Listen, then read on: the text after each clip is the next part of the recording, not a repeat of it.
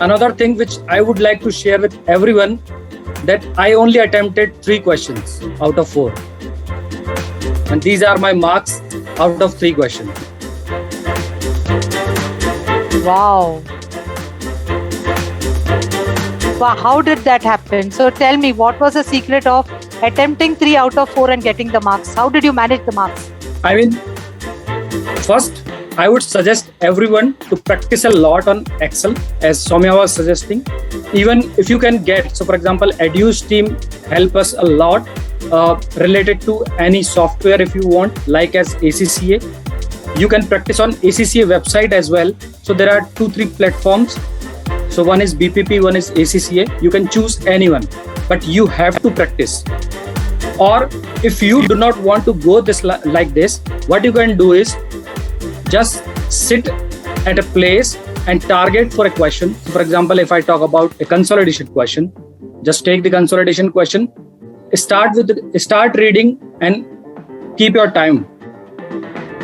Write it down, your answer, and then check how much time it takes. It doesn't mean your answer is correct or wrong. Just see the time management there. Because that was lagging behind in my case.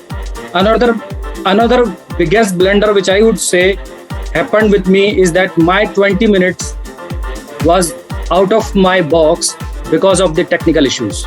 Because I was doing perfectly fine, my internet was working, but the ACCA, the assessor was unable to see my video. He was saying that your video feed is pausing. So they was in the situation that they were thinking that someone is there to help me. That's why my video is pausing. So twice they told me to show my room completely. So that took me 20 minutes. And think, when I'm reading complete question and answering, and in between someone says you, okay, show us your room. You are blank now, and again you have to read that question again to come on that to the on page. So I think on top of that, the thing was there is that concepts were clear by Vijay ma'am, by quizzes, by Edu's team, by BPP. I think those were the keys, because otherwise I would have been more nervous looking at these scenarios. So I think what we can do is we can set the small targets, weekly small targets for any of the IFRS. So for example, the smallest IFRS, I would say that, for example, IAS 41, agriculture, is the very IAS 2, inventories. Those are very small IFRS, and you can do it very quickly, but take your time in initial days. This is your time to sharpen actually your sword. So you have to take time, set your small targets, and you will achieve your goal for sure. I think this is what I followed, because I am a working guy and I actually manage a lot of people. So there is a very less time for me. I mean, I only get the weekends. That's it. But I would say if you can get half an hour daily, doesn't matter, read only one page, but that should be clear to you in your mind, that you can actually attempt what you want. So in that scenario, once you are through with any of the IAS or IFRS, go on our revision kit, go on quizzes, solve past papers, look at the past papers, and then look at the answers, what actually examiner is looking for, because that is the key there. If you know how to write, absolutely you can get. In 8 marks, they do not need 1 or 2 pages. They just need 8 lines or 7 lines, maybe sometimes 4 or 5 lines. They need more exaggerated, a bit of explanation, rather than exaggerating the complete 1 or 2 pages, as I was writing in the university's paper.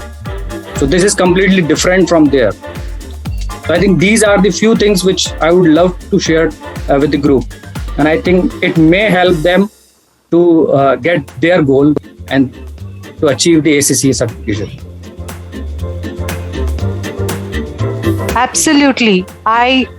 This is the point that I want to make to all of you.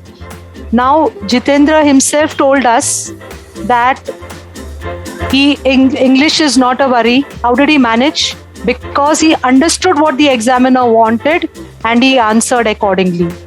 And he rightly pointed out that when we are studying our university papers, we tend to write everything under the sun on a topic. But if the question is for 8 marks, the examiner wants you to give 8 different points. He does not want you to write on 1.2 pages. He wants you to write those 8 points in about 10 lines. That's it. Your answer is done. But you should understand what to do, and that will come only if you solved your past exam papers. If you have understood what the examiner wants. So when we conduct our lectures, we take a lot of effort in understanding. We solve doubts, we solve past exams. And we ask the students, now tell me, this is the question, what are the points we should be writing and how to write it? What is expected to be written? We should not be writing, we will debit this account and credit this account. There's a terminology that we need to use. So that is what we will be discussing in our exams, in our sessions. First is giving you the technical knowledge. Second is giving you the exam skills of how to write the answers. And we will do it standard wise. We don't believe in doing everything in one go all together after you've done all your studies. With every standard, you keep solving questions. So you become better and better. Anything else, Jitendra, that you would like to share with us? No, I think I would love to hear from the group if they have any doubt, if me or Soumya or you can clarify their doubts. Okay. Before that, just you spoke about your CBE challenge. Yes. That for 20 minutes you got logged out, literally logged out because you did not have the access to the invigilator and you were just hanging, and in between there were a lot of distractions. So Absolutely. In spite of that, he managed it. So that has come only because he was confident. He has studied. So he knew what he had to answer. He could do it. And for that, good practice is very, very important. ACCA himself, as itself said, practice, practice, practice, solve 3 mock exams. This is going to be the key to your success. So please, all of you, don't think we will sit in the last 10-15 days and study. No, whether you're a CA or not a CA, please go through this regiment of studies. You will be able to confidently give your exams. Also, I want to add one more thing. I know Jitendra is working in GenPact, so he is working on IFRS, right? Am I right, Jitendra? Yes, both IFRS and GAAP. Yeah. So that also helps. Absolutely. If you have the practical knowledge, that also helps. Definitely, it doesn't mean that we don't have practical knowledge. It's a problem, but if you have it, it really helps. So if anyone feels that we don't know IFRS, no worries. There are many people without knowledge also who have done it, and people with knowledge also who have done it. So that's not a worry at all. But if you have the knowledge, it is an added advantage. Okay, but writing the exam is a very different cup of tea compared to knowledge. Yes, absolutely. Tell me.